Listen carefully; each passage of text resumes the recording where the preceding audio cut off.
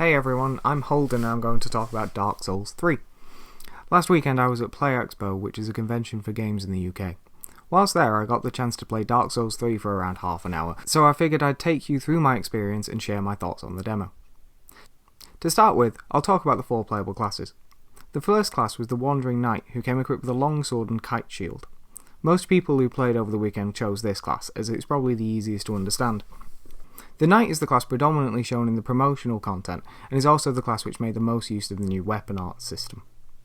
The next class available was the Northern Warrior. This large barbarian type character came equipped with a battle axe and the bound shield, and was very strong in a close range fight. The third class was the Academy Assassin. The design is heavily reminiscent of the Good Hunter from Bloodborne, with a leather Plague Doctor style outfit. They were equipped with a spear and the small target shield, which were used to keep the enemies at a greater distance than the other classes. Finally, we have the class that I chose, which was the Herald of White. The class had a similar design to the Cleric from Dark Souls 2, with a mace, miracles, and the Drangleic shield. I found this choice of shield somewhat strange, as it implies a link between Dark Souls 3 and Dark Souls 2 that I hadn't previously understood to be there. It was at this point after picking my class that the game crashed, so I used this opportunity to get some footage from one of the other players' initial run. As you can see, they took the Wandering Knight class. The first enemy that this player came across here is a dog. The animations, attacks and design of this dog are very similar to that of the dogs in Bloodborne, which is something which is very obvious throughout the time you're playing. A lot of the design of the areas and enemies feels like that of Bloodborne. There are 2 other enemies which show this link quite well, such as a large armoured enemy defending an area around a fountain on the way to the boss fight. This enemy was wielding a large axe with a moveset which was essentially the same as that of the 2-handed form of the Hunter Axe, complete with the overhead slamming attack and the spinning attack from the charged R2. The enemy also had an area of effect attack, which had a similar look to that of the A Call Beyond Hunter tool, except originating from the ground and extending upwards. The other notable enemy was a partially transformed hollow on a rooftop. The lower body was that of a normal enemy, but the upper body looked like a cross between the abhorrent beast and the snake enemies from Bloodborne, half clawed beast and half furry snake. At this point I got back into the game, so I'll talk about the combat. Starting off with the mace and shield meant the Herald was more than capable of dealing with the usual hollows throughout the level, with most enemies dying in 1 or 2 hits.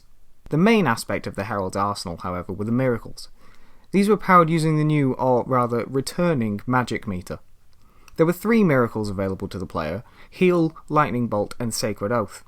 Heal used around half of the magic meter, and allowed the player to heal for about half of their life, but it takes around 4 seconds to cast. Lightning Bolt used a third of the meter to deal somewhere around 80 points of damage to the enemy.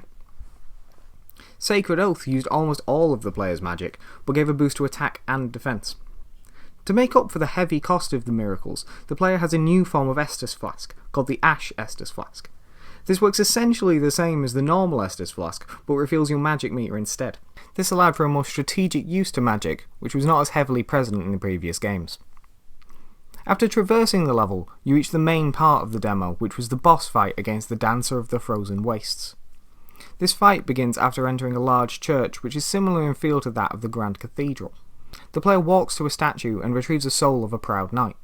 After the player turns to leave, they are shown a cutscene of the boss descending from the roof above the player, and thus the fight begins. The Dancer is a large boss, with size and movement akin to that of Vicar Amelia, again harkening back to Bloodborne. They wield a large flaming sword which spreads fire throughout the church during the fight. The sword is used in a multitude of ways, such as normal slashes towards the player, but also more interesting attacks. One such attack involves stabbing the sword into the floor, which the Dancer then drags in an arc. Upon removing the sword from the floor, the arc begins spewing flame into the air. The Dancer also has a grab attack, which is initiated after screaming to the sky, and an area of effect attack, which creates a vortex of fire around itself. After taking half the boss's life, the Dancer's sword breaks and loses its flame. The attacks are largely the same, but without the fire. The area of effect attack is used more often in this phase, but instead of fire, it uses a dark smoke to deal its damage.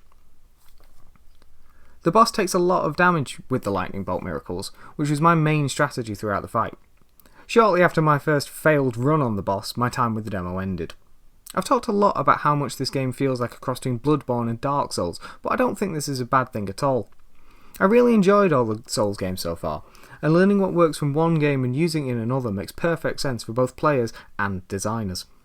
I'll end this here, so thanks for watching, and I hope to see some of you in the Dark Souls 3 network test this weekend.